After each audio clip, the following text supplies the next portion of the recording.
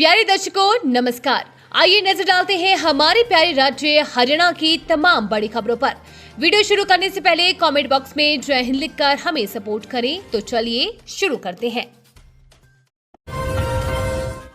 अब जरूरत के हिसाब से संवरेंगे हरियाणा के स्कूल। 130 करोड़ की पहली किश्त जारी। हरियाणा के सरकारी स्कूलों की तस्वीर अब स्कूल की वास्तविक करीब जरूरत के आधार पर बदलेगी। शिक्षा विभाग ने प्रदेश के 14,300 से अधिक स्कूलों की ग्राउंड मैपिंग का स्कूलवार सुविधाओं और कमियों को आकलन किया है। इसके आधार पर करीब 2,800 विकास कार्य बाद में चिन्हित किए गए हैं, जिनके लिए पहले चरण में 130 करोड़ रुपए जारी किए गए हैं। सांस लेने में तकलीफ, तुरंत कराएं H1N1 टेस्ट। स्वाइन फ्लू को लेकर हरियाणा में अलर्ट। 5% फ्लू मरीजों की जांच अनिवार्य। देश के कई हिस्सों में स्वाइन फ्लू के मामले बढ़ने के बाद हरियाणा सरकार भी सतर्क हो गई है। स्वास्थ्य मंत्री आरती सिंह राव के निर्देश पर प्रदेश के सरकारी अस्पतालों और स्वास्थ्य केंद्रों में फ्लू से निपटने की तैयारियां तेज कर दी गई है। स्वास्थ्य विभाग ने कहा है कि फ्लू जैसे लक्षण वाले कम से कम 5% मरीजों की जांच की जाएगी।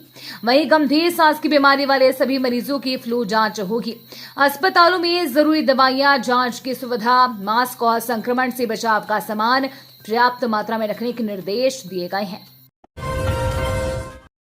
प्याज की बढ़ती कीमतों से मिलेगी राहत। रसोई का बजट संभालेगी सरकार। 3-4 दिन में हरियाणा पहुंचेगा सस्ता प्याज।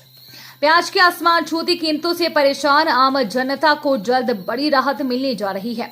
राष्ट्रीय कृषि सहकारी विपणन संघ ने हरियाणा के उपभोक्ताओं को सस्ती दरों पर प्याज उपलब्ध कराने की पहल की है। नेफेड के इस कदम के तहत महाराष्ट्र के नासिक से प्याज की बड़ी खेप हरियाणा भेजी जा रही है। प्रदेश में यह प्याज मात्र 35 रुपए प्रति किलोग्राम की रियायती दर पर आम जनता को बेचा जाएगा। प्याज की एक खेप अगले 3 से 4 दिनों के भीतर हरियाणा पहुंचने की पूरी उम्मीद है। करोड़ों की ठगी में मास्टरमाइंड फरार। बैंक खाता उपलब्ध कराने वालों को गिरफ्तार कर गुड़गांव पुलिस लूट रही वाहवाही। लोगों से इन्वेस्टमेंट के नाम पर ठगी करने वाले गिरोह के मास्टरमाइंड तक कानून के लंबे हाथ आज तक नहीं पहुंच पाए हैं। वही ठगी करने वाले इस गिरोह को बैंक खाता उपलब्ध कराने वालों को गिरफ्तार कर गुड़गांव पुलिस वाहवाही लूट रही है। करोड़ रुपए की ठगी से महज कुछ लाख रुपए की रिकवरी करने को गुड़गांव पुलिस अपनी बड़ी उपलब्धि मान रही है। आज फिर गुड़गांव पुलिस ने इन्वेस्टमेंट के नाम पर 13 करोड़ 80 लाख रुपए ठगने वाले गिरोह को बैंक खाता उपलब्ध कराने वाले आरोपियों को गिरफ्तार किया है। हरियाणा में 75,000 रुपए रिश्वत लेते निजी व्यक्ति गिरफ्तार। एसीबी ने जाल बिछाकर रंगे हाथ धराया। जाने पूरा मामला। हरियाणा राज्य चौकसी एवं भ्रष्टाचार निरोधक ब्यूरो ने भ्रष्टाचार के खिलाफ कार्यवाही करते हुए करनाल जिले में ग्राम पंचायत के निर्माण कार्य की बकाया राशि जारी करने के एवज में रिश्वत मांगने वाले एक निजी व्यक्ति को 75,000 रुपए की रिश्वत लेते हुए रंगे हाथों गिरफ्तार किया है। आधिकारिक जानकारी के अनुसार आरोपी की पहचान गांव रिसालवा निवासी राजीव के रूप में हुई है। मामले में ग्राम पंचायत रिसालवा के पंचायत सचिव सुखबीर की संलिप्तता भी सामने आई है, जो फिलहाल फरार है। कैथल में दोस्त ने दोस्त की छाती में किए ताबड़तोड़ वार। मौके पर तोड़ा दम। खौफनाक हत्याकांड से मचा हड़कंप। पुंडरी थाना के गांव बरसाना में पेस्टिसाइड के छिड़काव के लिए बिहार से आए एक प्रवासी मजदूर की छाती में चाकू मारकर हत्या कर दी। वहीं इस हत्याकांड ने पूरे इलाके में सनसनी फैला दी है। मिली जानकारी के अनुसार शाम करीब 8 बजे मृतक सुबोध और आरोपी विजय इकट्ठे बैठकर शराब पी रहे थे। इसी दौरान किसी बात को लेकर दोनों का झगड़ा हो गया और विजय ने सुबोध की छाती में चाकू घोंप दिया और मौके से फरार हो। हरियाणा में प्रवासी मजदूरों की गांव में एंट्री को लेकर ग्रामीणों का बड़ा फैसला। बिना इस दस्तावेज के नहीं मिलेगा रूम। जिले के गांव बाबरपुर में एक स्थानीय युवक के साथ हुए विवाद के बाद ग्रामीणों ने प्रवासी मजदूरों की गांव में एंट्री को लेकर सख्त फैसला लिया है। ग्रामीणों ने कहा है कि बिना आधार कार्ड वाले प्रवासी मजदूरों को गांव में कमरा किराए पर नहीं दिया जाएगा और ऐसे लोगों को गांव से बाहर जाना होगा। दरअसल गांव में एक फैक्ट्री में काम करने वाले कुछ मजदूरों का स्थानीय युवक के साथ विवाद हो गया। आरोप है कि मजदूरों ने लाठी डंडों से युवक के साथ मारपीट की। मामला पुलिस थाने तक पहुंचने के बाद गांव में इस घटना को लेकर रोष फैल गया।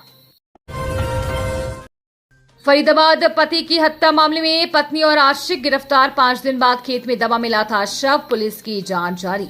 तिगांव थाना क्षेत्र के गांव मोजाबाद में सोमवार खेत से 32 वर्षीय व्यक्ति का शव दबा मिलने के बाद सनसनी फैल गई है।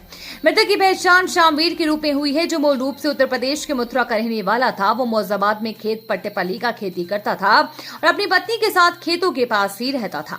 शामवीर पिछले करीब 5 दिनों से लापता था। इसी दौरान सोमवार को खेत में कुत्तों ने जमीन में दबे शव का कुछ हिस्सा बाहर निकाल दिया। लोगों की नजर पड़ी तो उन्होंने तुरंत पुलिस को सूचना दी। जल भराव में फंसकर बिलखते रहे बच्चे, तो आज डीसी ने लगा दी अधिकारियों और स्कूल की क्लास दिए निर्देश।